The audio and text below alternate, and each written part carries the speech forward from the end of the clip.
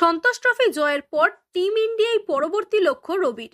দীর্ঘ 6 বছর পর কেরালাকে হারিয়ে ৭৮তম সন্তোষ ট্রফি জিতেছে বাংলা।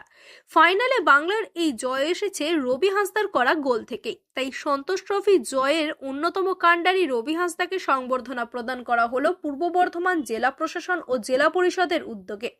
এদিনের এই সংবর্ধনা সভায় উপস্থিত ছিলেন মন্ত্রী স্বপন দেবনাথ, জেলা পরিষদের সভাধিপতি শ্যামাপ্রসন্ন লোহার, জেলা শাসক আয়েশারানী এ, পুলিশ সুপার সায়ক দাস, বিধায়ক খোকন দাস, রবি হাঁসদার কোচ সহ অন্যান্য পুলিশ প্রশাসনের আধিকারিকরাও। এটাই বলবো, সবাইকে আশীর্বাদ করে যান, আমি আরো বড় হতে পারি। Thank you. এটা না, নিশ্চয়ই এটা নিয়ে কিছু বলার নেই। এখন এখন এখন কি বলবো,